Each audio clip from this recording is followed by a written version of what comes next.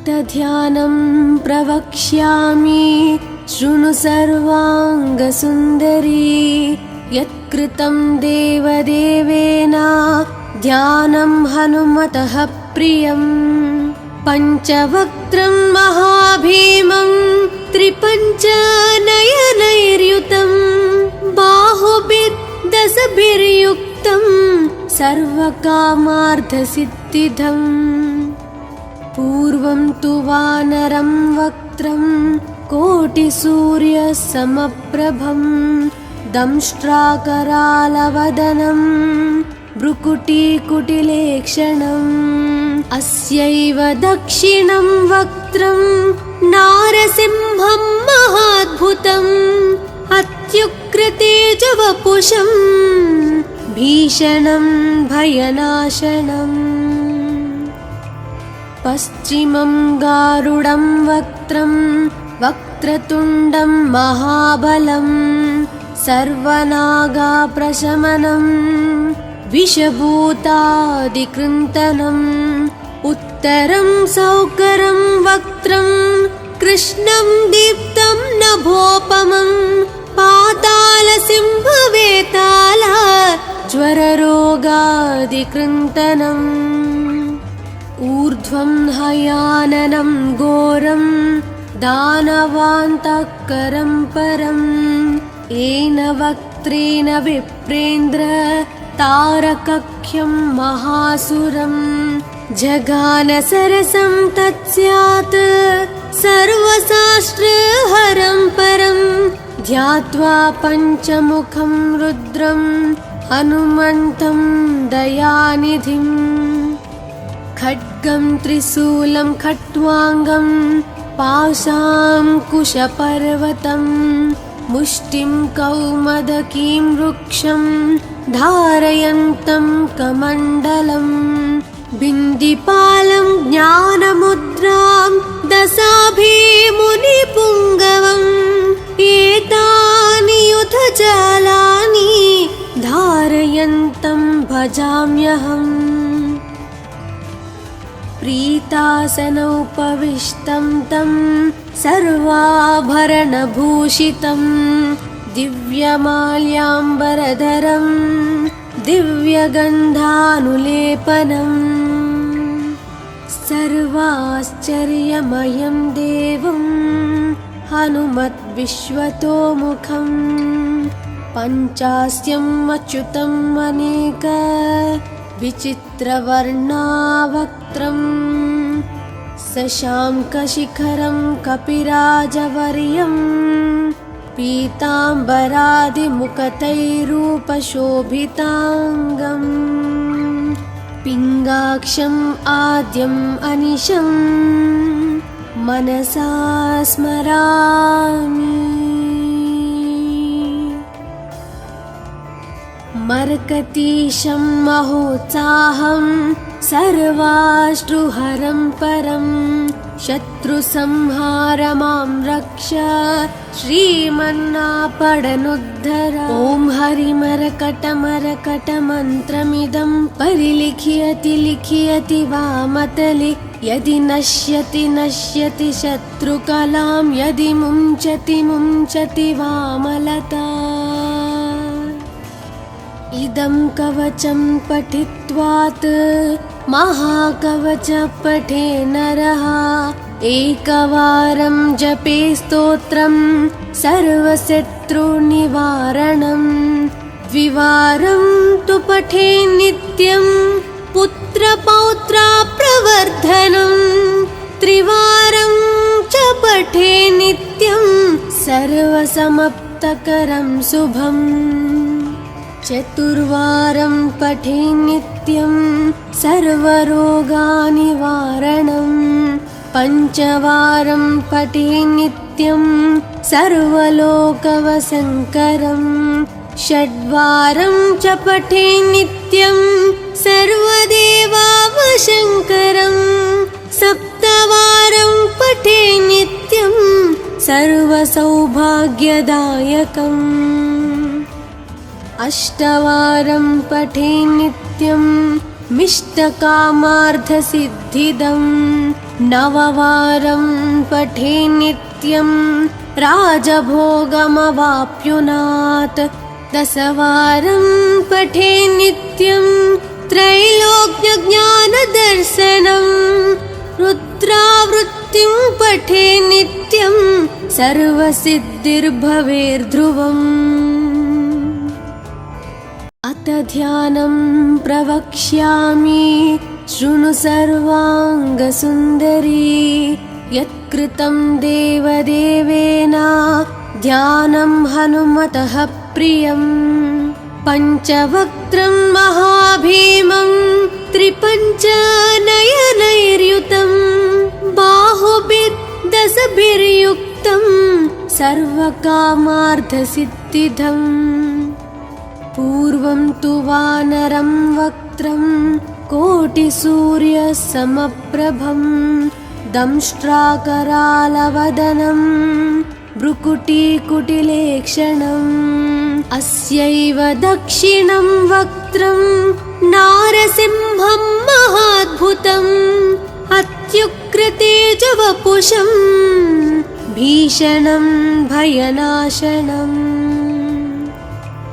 पश्चिमं गारुडं वक्त्रं वक्रतुण्डं महाबलं सर्वनागाप्रशमनं विषभूतादिकृन्तनम् उत्तरं सौकरं वक्त्रं कृष्णं दीप्तं नभोपमं पातालसिंहवेताल ज्वररोगादिकृन्तनम् ऊर्ध्वं हयाननं घोरं दानवान्तकरं परं येन वक्त्रेण विप्रेन्द्र तारकख्यं महासुरं जगानसरसं तत्स्यात् सर्वशास्त्रहरं परं ध्यात्वा पञ्चमुखं रुद्रं हनुमन्तं दयानिधिम् खड्गं त्रिशूलं खट्वाङ्गं पाशाङ्कुशपर्वतं मुष्टिं कौमदकीं वृक्षं धारयन्तं कमण्डलं बिन्दिपालं ज्ञानमुद्रां दशाभिमुनिपुङ्गवम् एतानि युधजालानि धारयन्तं भजाम्यहम् प्रीतासनोपविष्टं तं सर्वाभरणभूषितं दिव्यमाल्याम्बरधरं दिव्यगन्धानुलेपनं सर्वाश्चर्यमयं देवं हनुमद्विश्वतोमुखं पञ्चास्यम् अच्युतम् अनेक विचित्रवर्णावक्त्रं शशाङ्कशिखरं कपिराजवर्यं पीताम्बरादिमुकुटैरूपशोभिताङ्गं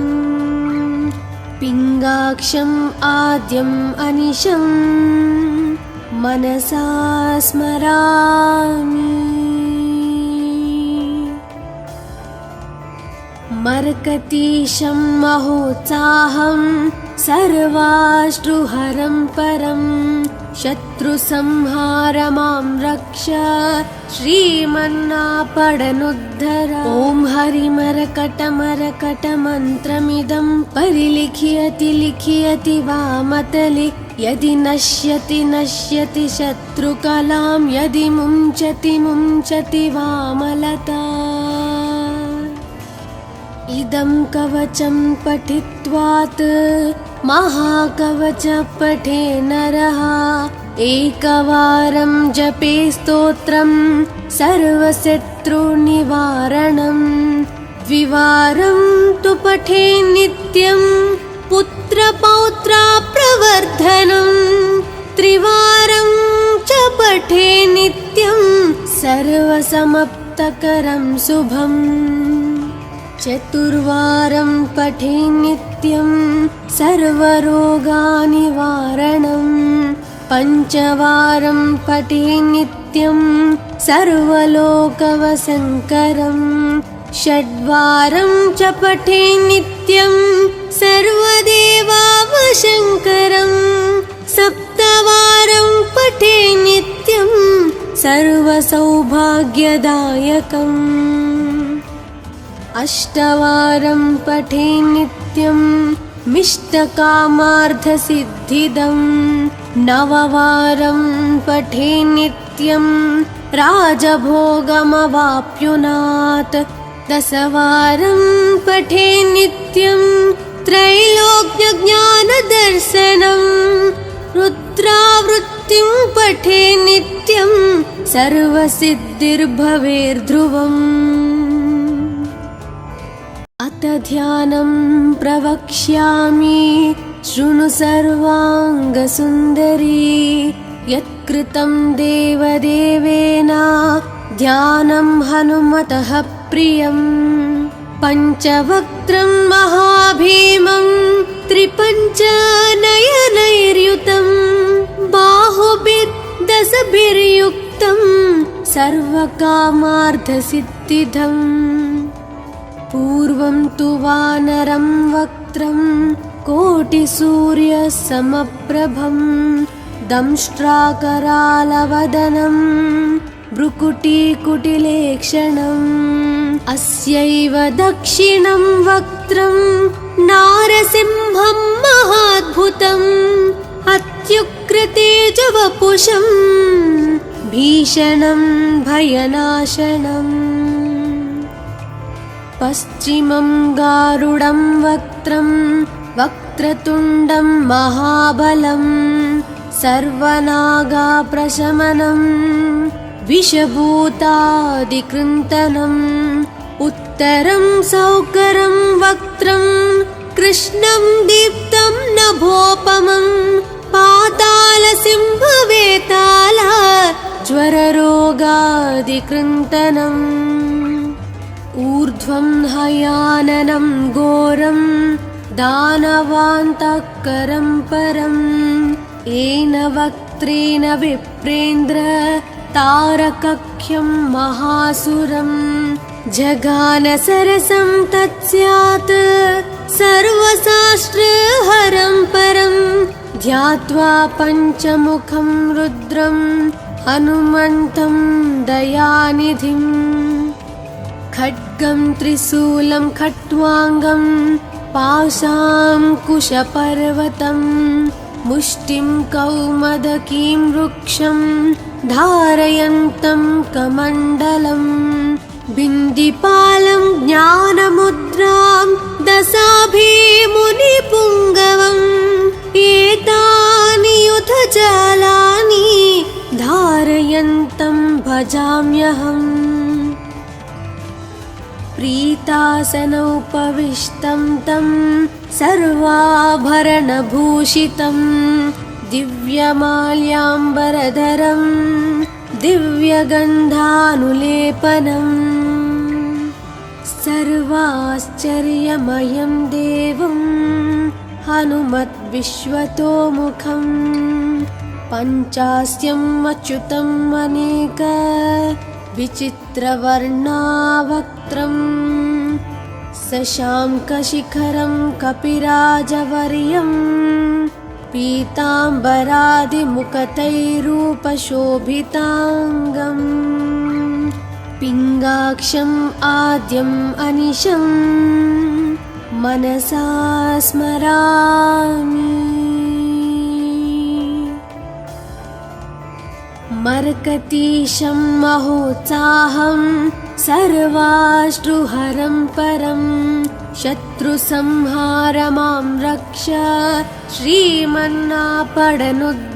ॐ हरिमरकटमरकटमन्त्रमिदं परिलिख्यति लिख्यति वामतले यदि नश्यति नश्यति शत्रुकलां यदि मुञ्चति मुञ्चति वामलता इदं कवचं पठित्वात् महाकवच पठे नरः एकवारं जपे स्तोत्रं सर्वशत्रुनिवारणं द्विवारं तु पठे नित्यं पुत्रपौत्राप्रवर्धनं त्रिवारं च पठे नित्यं सर्वसमप्तकरं शुभम् चतुर्वारं पठे नित्यं सर्वरोगनिवारणं पञ्चवारं पठे नित्यं सर्वलोकवशङ्करं षड्वारं च पठे नित्यं सर्वदेवावशङ्करं सप्तवारं पठे नित्यं सर्वसौभाग्यदायकम् अष्टवारं पठे नित्यं मिष्टकामार्थसिद्धिदं नववारं पठे नित्यं राजभोगमवाप्नुयात् दशवारं पठे नित्यं त्रैलोक्यज्ञानदर्शनं रुद्रावृत्तिं पठे नित्यं सर्वसिद्धिर्भवेर्ध्रुवम् अथ ध्यानं प्रवक्ष्यामि शृणु सर्वाङ्गसुन्दरी यत्कृतं देवदेवेन ध्यानं हनुमतः प्रियं पञ्चवक्त्रं महाभीमं त्रिपञ्चनयनैर्युतं बाहुभिर्दशभिर्युक्तं सर्वकामार्थसिद्धिदम् पूर्वं तु वानरं वक्त्रं कोटिसूर्यसमप्रभं दंष्ट्राकरालवदनं भ्रुकुटीकुटिलेक्षणम् अस्यैव दक्षिणं वक्त्रं नारसिंहं महाद्भुतम् अत्युग्रतेजवपुषं भीषणं भयनाशनम् पश्चिमं गारुडं वक्त्रं वक्रतुण्डं महाबलं सर्वनागाप्रशमनं विषभूतादिकृन्तनम् उत्तरं सौकरं वक्त्रं कृष्णं दीप्तं नभोपमं पातालसिंहवेताल ज्वररोगादिकृन्तनम् ऊर्ध्वं हयाननं घोरं दानवान्तकरं परं येन वक्त्रेण विप्रेन्द्र तारकख्यं महासुरं जगानसरसं तत्स्यात् सर्वशास्त्रहरं परं ध्यात्वा पञ्चमुखं रुद्रं हनुमन्तं दयानिधिम् खड्गं त्रिशूलं खट्वाङ्गं पाशाङ्कुशपर्वतं मुष्टिं कौमदकीं वृक्षं धारयन्तं कमण्डलं बिन्दिपालं ज्ञानमुद्रां दशाभिमुनिपुङ्गवम् एतानि युधजालानि धारयन्तं भजाम्यहम् प्रीतासनोपविष्टं तं सर्वाभरणभूषितं दिव्यमाल्याम्बरधरं दिव्यगन्धानुलेपनं सर्वाश्चर्यमयं देवं हनुमद्विश्वतोमुखं पञ्चास्यम् अच्युतम् अनेक विचित्रवर्णावक्त्रं शशाङ्कशिखरं कपिराजवर्यं पीताम्बरादिमुकुटैरूपशोभिताङ्गं पिङ्गाक्षम् आद्यम् अनिशं मनसा स्मरामि। मर्कतीशं महोत्साहं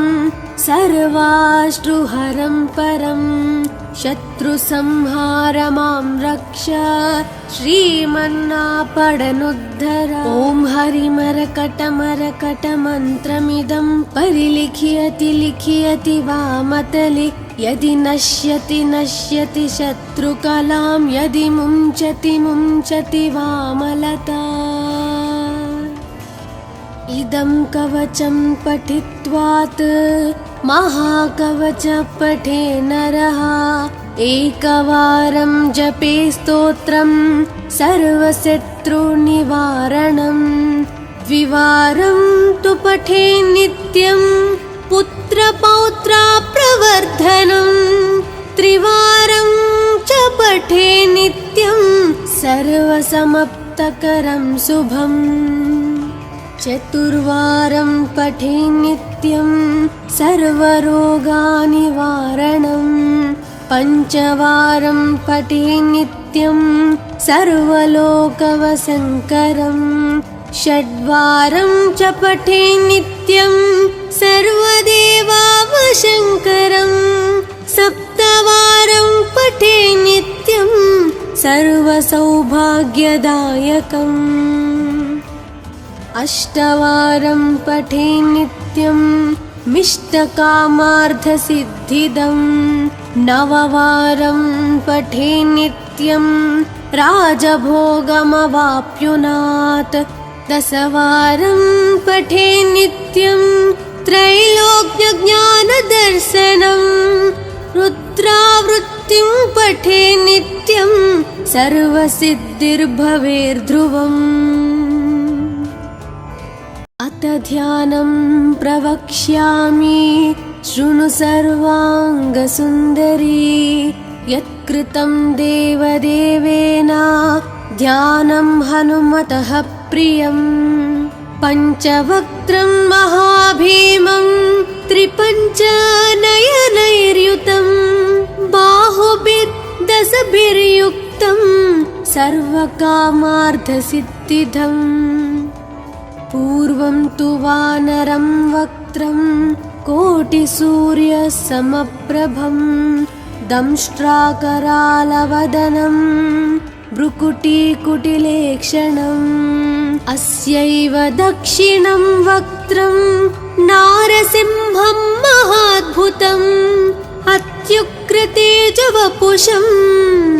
भीषणं भयनाशनम् पश्चिमं गारुडं वक्त्रं वक्रतुण्डं महाबलं सर्वनागाप्रशमनं विषभूतादिकृन्तनम् उत्तरं सौकरं वक्त्रं कृष्णं दीप्तं नभोपमं पातालसिंहवेताल ज्वररोगादिकृन्तनम् ऊर्ध्वं हयाननं घोरं दानवान्तकरं परं येन वक्त्रेण विप्रेन्द्र तारकख्यं महासुरं जगानसरसं तत्स्यात् सर्वशास्त्रहरं परं ध्यात्वा पञ्चमुखं रुद्रं हनुमन्तं दयानिधिम् खड्गं त्रिशूलं खट्वाङ्गं पाशाङ्कुशपर्वतं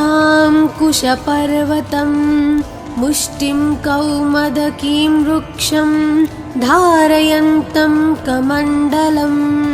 बिन्दिपालं ज्ञानमुद्रां दशाभिमुनिपुङ्गवम् एतानि युधजालानि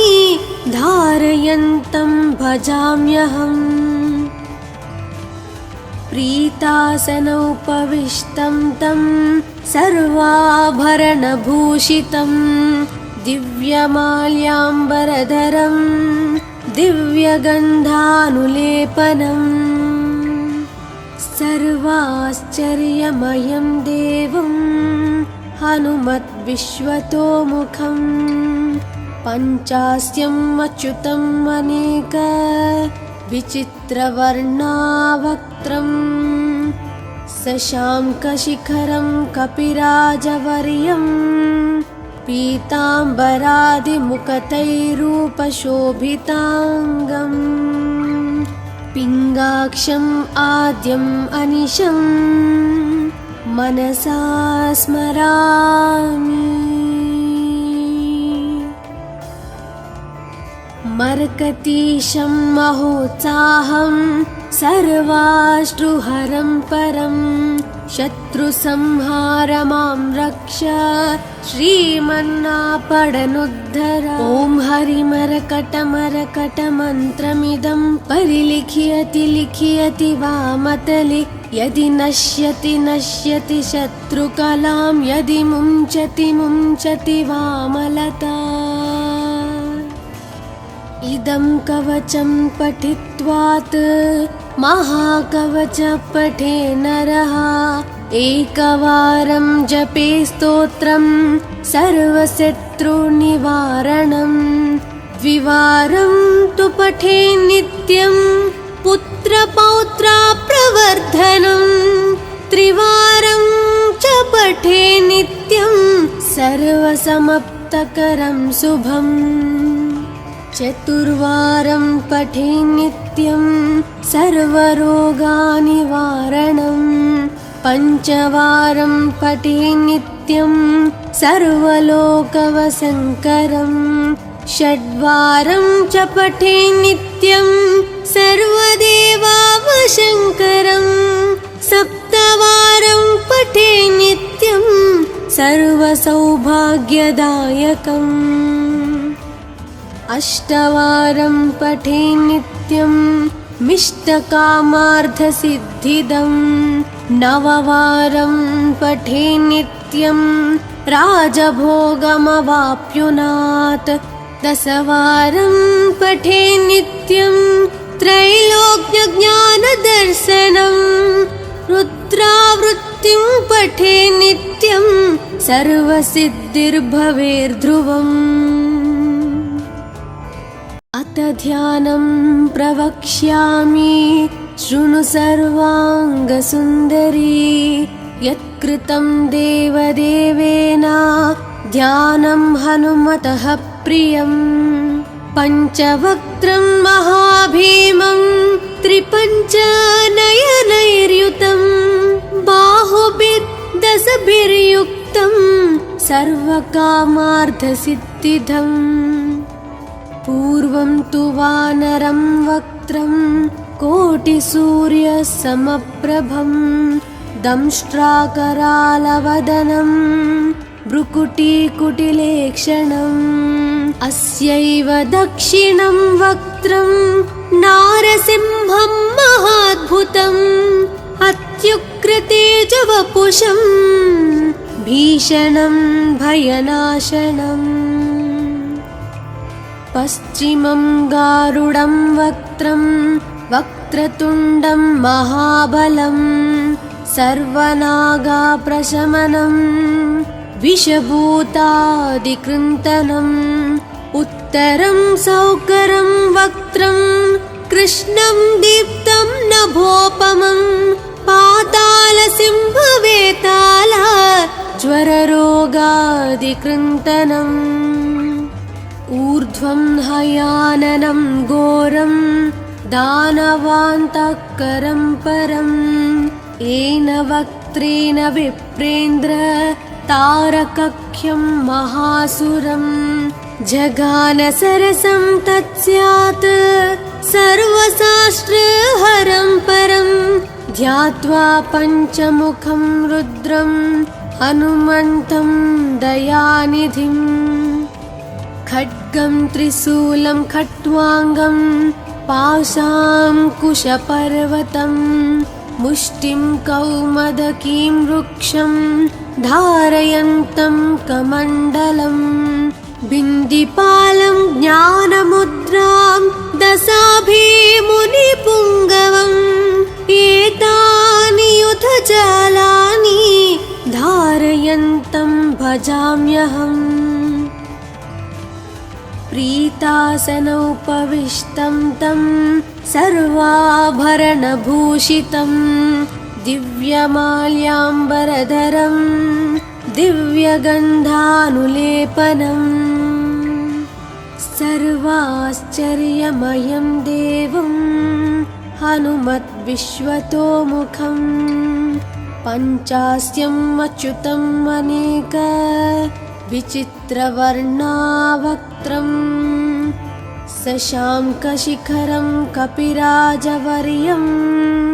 पीताम्बरादिमुकुटैरूपशोभिताङ्गम् पिङ्गाक्षम् आद्यम् अनिशं मनसा स्मरामि। मर्कतीशं महोत्साहं सर्वाश्रुहरं परं शत्रुसंहार मां रक्ष श्रीमन्नापडनुद्धर। ॐ हरिमरकटमरकटमन्त्रमिदं परिलिख्यति लिख्यति वामतले यदि नश्यति नश्यति शत्रुकलां यदि मुञ्चति मुञ्चति वामलता। इदं कवचं पठित्वात् महाकवच पठे नरः एकवारं जपे स्तोत्रं सर्वशत्रुनिवारणं द्विवारं तु पठे नित्यं पुत्रपौत्राप्रवर्धनं त्रिवारं च पठे नित्यं सर्वसमाप्तकरं शुभम् चतुर्वारं पठे नित्यं सर्वरोगनिवारणं पञ्चवारं पठे नित्यं सर्वलोकवशङ्करं षड्वारं च पठे नित्यं सर्वदेवावशङ्करं सप्तवारं पठे नित्यं सर्वसौभाग्यदायकम् अष्टवारं पठे नित्यं मिष्टकामार्थसिद्धिदं नववारं पठे नित्यं राजभोगमवाप्नुयात् दशवारं पठे नित्यं त्रैलोक्यज्ञानदर्शनं रुद्रावृत्तिं पठे नित्यं सर्वसिद्धिर्भवेर्ध्रुवम्। अथ ध्यानं प्रवक्ष्यामि शृणु सर्वाङ्गसुन्दरी यत्कृतं देवदेवेन ध्यानं हनुमतः प्रियं पञ्चवक्त्रं महाभीमं त्रिपञ्चनयनैर्युतं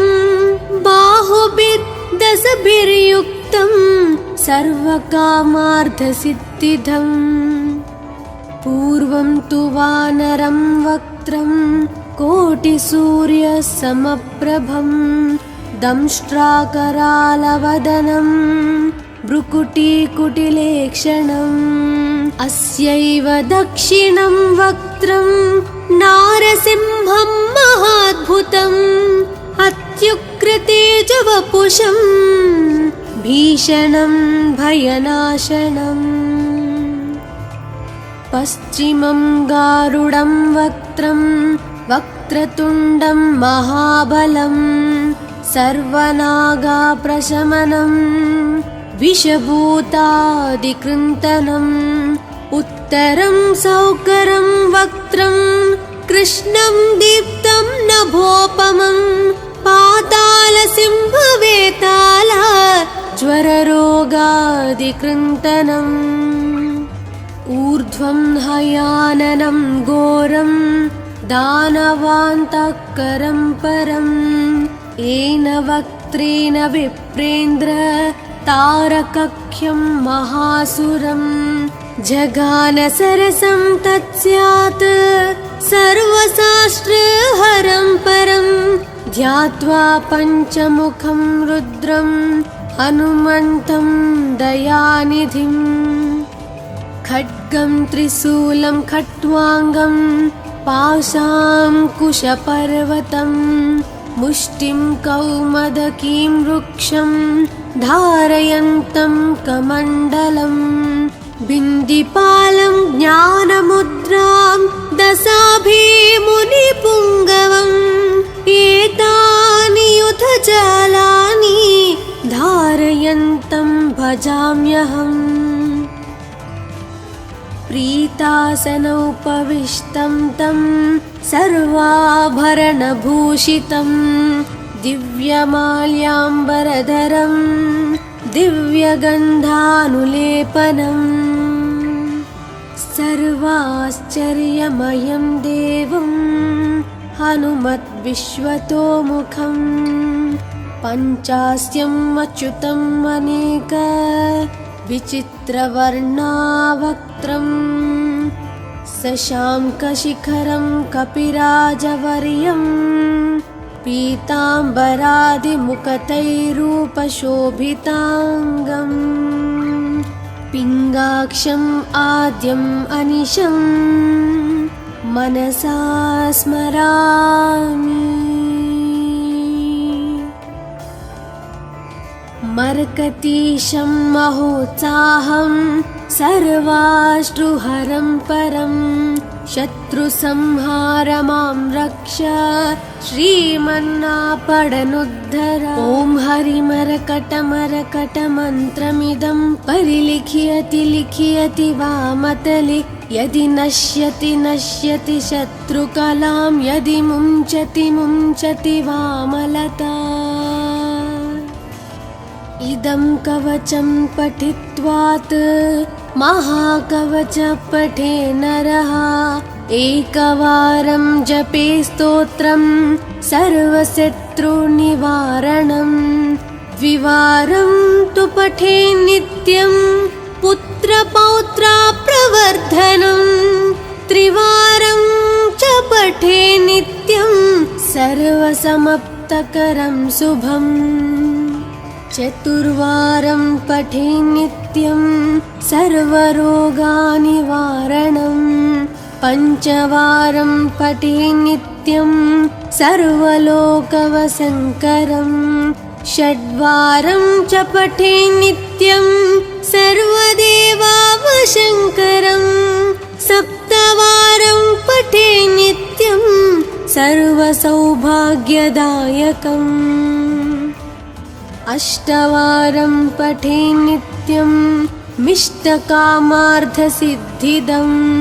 नववारं पठे नित्यं राजभोगमवाप्नुयात् दशवारं पठे नित्यं त्रैलोक्यज्ञानदर्शनं रुद्रावृत्तिं पठे नित्यं सर्वसिद्धिर्भवेर्ध्रुवम्। अथ ध्यानं प्रवक्ष्यामि शृणु सर्वाङ्गसुन्दरी यत्कृतं देवदेवेन ध्यानं हनुमतः प्रियं पञ्चवक्त्रं महाभीमं त्रिपञ्चनयनैर्युतं बाहुभिर्दशभिर्युक्तं सर्वकामार्थसिद्धिदम् पूर्वं तु वानरं वक्त्रं कोटिसूर्यसमप्रभं दंष्ट्राकरालवदनं भ्रुकुटीकुटिलेक्षणम् अस्यैव दक्षिणं वक्त्रं नारसिंहं महाद्भुतम् अत्युग्रतेजवपुषं भीषणं भयनाशनम् पश्चिमं गारुडं वक्त्रं वक्रतुण्डं महाबलं सर्वनागाप्रशमनं विषभूतादिकृन्तनम् उत्तरं सौकरं वक्त्रं कृष्णं दीप्तं नभोपमं पातालसिंहवेताल ज्वररोगादिकृन्तनम् ऊर्ध्वं हयाननं घोरं दानवान्तकरं परं येन वक्त्रेण विप्रेन्द्र तारकख्यं महासुरं जगानसरसं तत्स्यात् सर्वशास्त्रहरं परं ध्यात्वा पञ्चमुखं रुद्रं हनुमन्तं दयानिधिम् खड्गं त्रिशूलं खट्वाङ्गं पाशाङ्कुशपर्वतं मुष्टिं कौमदकीं वृक्षं धारयन्तं कमण्डलं बिन्दिपालं ज्ञानमुद्रां दशाभिमुनिपुङ्गवम् एतानि युधजालानि धारयन्तं भजाम्यहम् प्रीतासनोपविष्टं तं सर्वाभरणभूषितं दिव्यमाल्याम्बरधरं दिव्यगन्धानुलेपनम् सर्वाश्चर्यमयं देवं हनुमद्विश्वतोमुखम् पञ्चास्यम् अच्युतम् अनेक विचित्रवर्णावक्त्रम् शशाङ्कशिखरं कपिराजवर्यं पीताम्बरादिमुखतैरूपशोभिताङ्गम् पिङ्गाक्षम् आद्यम् अनिशम् मनसा स्मरामि मर्कतीशं महोत्साहं सर्वाश्रुहरं परं शत्रुसंहारमां रक्ष श्रीमन्नापडनुद्धर ॐ हरिमरकटमरकटमन्त्रमिदं परिलिख्यति लिख्यति वामतले यदि नश्यति नश्यति शत्रुकलां यदि मुञ्चति मुञ्चति वामलता इदं कवचं पठित्वात् महाकवच पठे नरः एकवारं जपे स्तोत्रं सर्वशत्रुनिवारणं द्विवारं तु पठे नित्यं पुत्रपौत्राप्रवर्धनं त्रिवारं च पठे नित्यं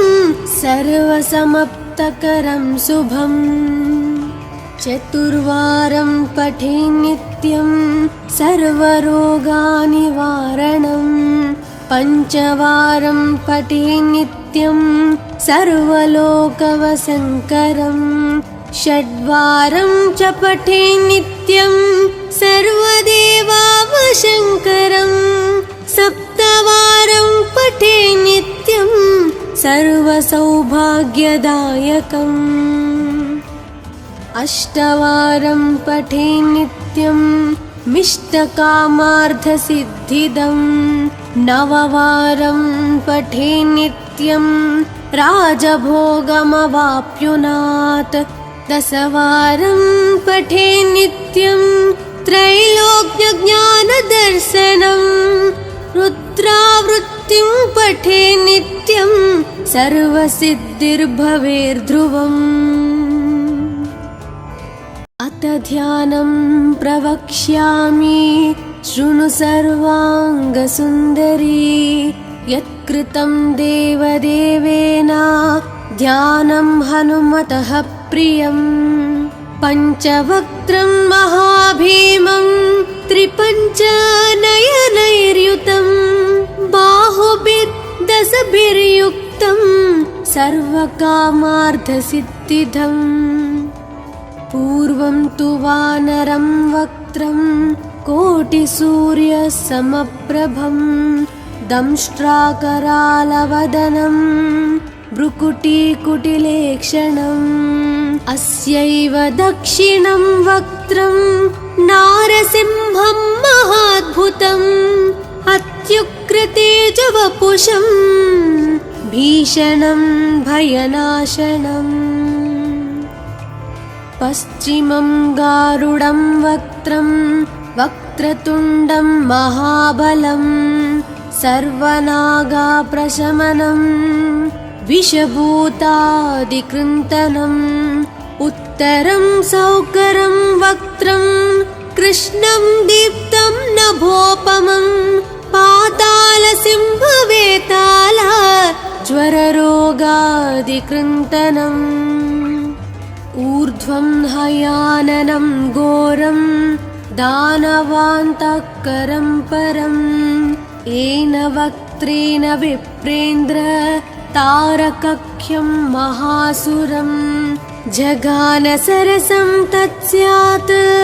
सर्वशास्त्रहरं परं ध्यात्वा पञ्चमुखं रुद्रं हनुमन्तं दयानिधिं खड्गं त्रिशूलं खट्वाङ्गं पाशाङ्कुशपर्वतं मुष्टिं कौमदकीं वृक्षं धारयन्तं कमण्डलं बिन्दिपालं ज्ञानमुद्रां दशाभिमुनिपुङ्गवम् एतानि युधजालानि धारयन्तं भजाम्यहम् प्रीतासनोपविष्टं तं सर्वाभरणभूषितं दिव्यमाल्याम्बरधरं दिव्यगन्धानुलेपनम् सर्वाश्चर्यमयं देवं हनुमद्विश्वतोमुखं पञ्चास्यम् अच्युतम् अनेक विचित्रवर्णावक्त्रं शशाङ्कशिखरं कपिराजवर्यं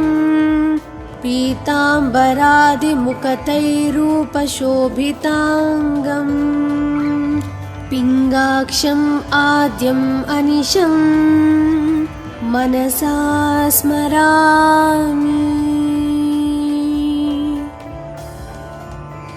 मर्कतीशं महोत्साहं सर्वाश्रुहरं परं शत्रुसंहारमां रक्ष श्रीमन्नापडनुद्धर ॐ हरिमरकटमरकटमन्त्रमिदं परिलिख्यति लिख्यति वामतले यदि नश्यति नश्यति शत्रुकलां यदि मुञ्चति मुञ्चति वामलता इदं कवचं पठित्वात् महाकवच पठे नरः एकवारं जपे स्तोत्रं सर्वशत्रुनिवारणं द्विवारं तु पठे नित्यं पुत्रपौत्राप्रवर्धनं त्रिवारं च पठे नित्यं सर्वसमाप्तकरं शुभम् चतुर्वारं पठे नित्यं सर्वरोगनिवारणं पञ्चवारं पठे नित्यं सर्वलोकवशङ्करं षड्वारं च पठे नित्यं सर्वदेवावशङ्करं सप्तवारं पठे नित्यं सर्वसौभाग्यदायकम् अष्टवारं पठे नित्यं मिष्टकामार्थसिद्धिदं नववारं पठे नित्यं राजभोगमवाप्नुयात् दशवारं पठे नित्यं त्रैलोक्यज्ञानदर्शनं रुद्रावृत्तिं पठे नित्यं सर्वसिद्धिर्भवेर्ध्रुवम्